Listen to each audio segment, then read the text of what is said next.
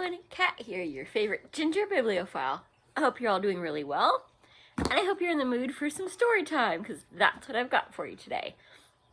I did a little poll and was, hey, I did story time last year with Grimm Brothers and Edgar Allen Poe. Would y'all like to do that again? And, which one do you want? And Edgar Allen Poe won. So I will post that playlist below for the ones that I have already done. It was just a short little, 6 video series of some of the classics, Cask of Amontillado and my favorite, Telltale Heart.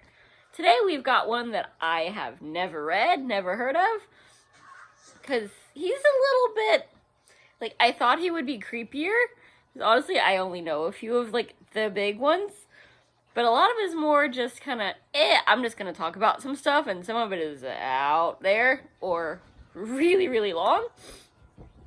But if you're just here for book reviews and animals, don't worry, I will link those playlists below for some of my favorite genres, and all the cute little puppies and kitties and hummingbirds and all the, random stuff I find to show y'all that hopefully, helps you smile and get through the work week. So, well, Franny's on guard next to me. You can't see her too well, but big girl's on guard duty.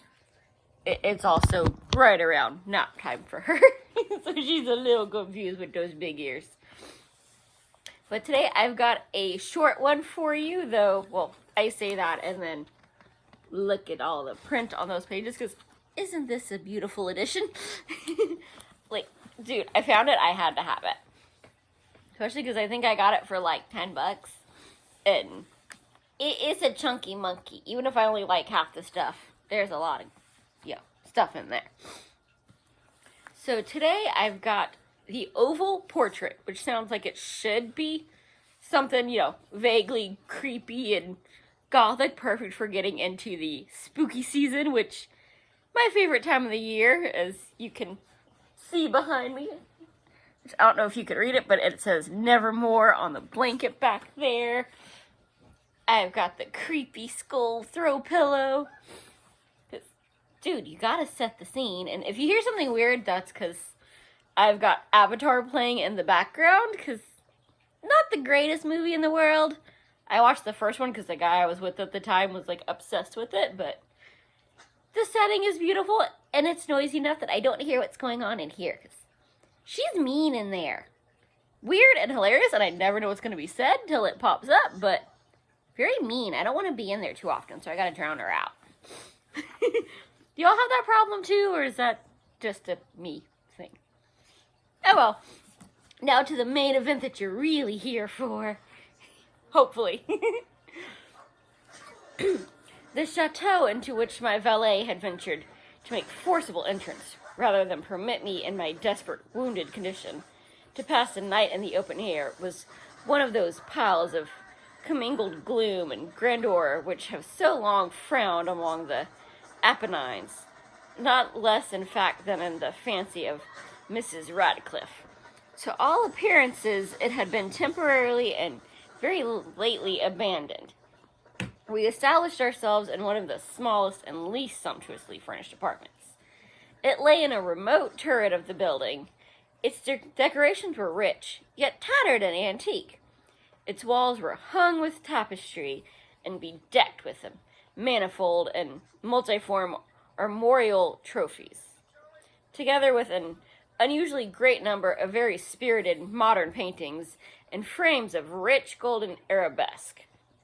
And these paintings, which depended from the walls, not only in their main surfaces, but in very many nooks which the bizarre architecture of the chateau rendered necessary, and these paintings, my incipient delirium, perhaps had caused me to take deep interest, so that I bade Pedro to close the heavy shutters of the room, since it was already night, to light the tongues of a tall candelabrum which stood by the head of my bed, and to throw open far and wide the fringed curtains of black velvet which enveloped the bed itself. That sounds like a comfy place to be. Perfect for some spooky reading. I wish all the fringed curtains of black velvet, which, to throw open, I lost my place even though I got my finger there. Some small text. I wished all this done that I might resign myself, if not to sleep, at least alternately to the contemplation of these pictures, and the perusal of a small volume which had been found upon the pillow, which purported to criticize and describe them. Long, long I read, and devoutly I gazed. Rapidly and gloriously the hours flew by, and the deep midnight came. The position of the candelabrum displeased me, and outreaching my hand with difficulty, rather than disturb my slumbering valet, I placed it so as to throw its rays more fully upon the book. But the action produced an effect altogether unanticipated. The rays of the numerous candles, for there were many, now fell within a niche of the room, which had hitherto been thrown into deep shadow by one of the bedposts. I thus saw a vivid light, a picture all unnoticed before. It was the portrait of a young girl just ripening into womanhood. I glanced at the painting hurriedly, and then closed my eyes. Why I did this was not at first apparent, even to my own perception. So he might be as weird as I am, not knowing what's going on in there till it happens. But while my lids remained thus shut, I ran over in my mind my reasons for so shutting them. It was an impulsive movement to gain time for thought, to make sure that my vision had not deceived me, to calm and subdue my fancy for more sober and more certain gaze. In very few moments I again looked fixedly at the painting.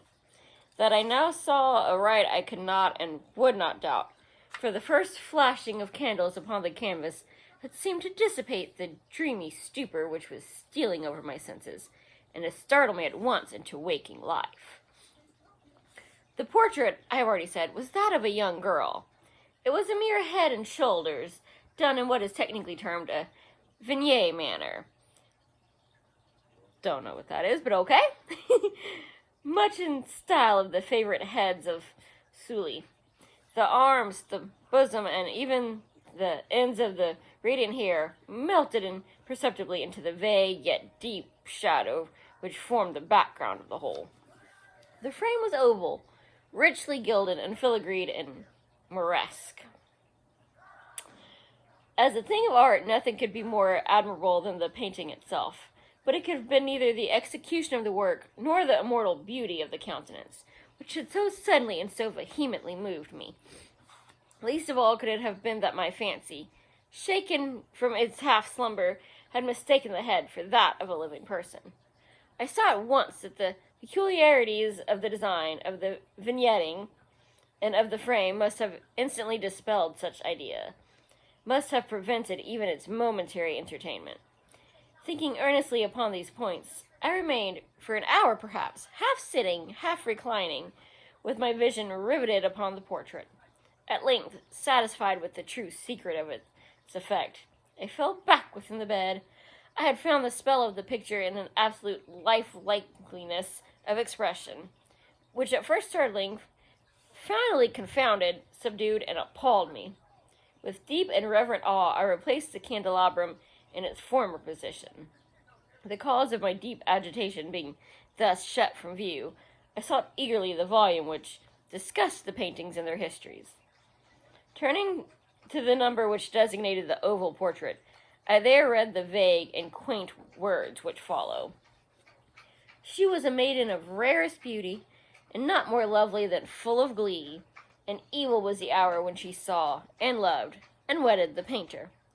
He, passionate, studious, austere, and having already a bride in his art, she a maiden of rarest beauty, and not more lovely than full of glee, all light and smiles, and frolicsome as the young fawn, loving and cherishing all things, hating only the art which was her rival, dreading only the palette and the brushes, and other untoward instruments which deprived her of the countenance of her lover. It was thus a terrible thing for this lady to hear the painter speak of his desire to portray even his young bride. But she was humble and obedient, and sat meekly for many weeks in the dark high turret chamber, where the light dripped upon the pale canvas, only from overhead. But he, the painter, took glory in his work, which went on from hour to hour, and from day to day.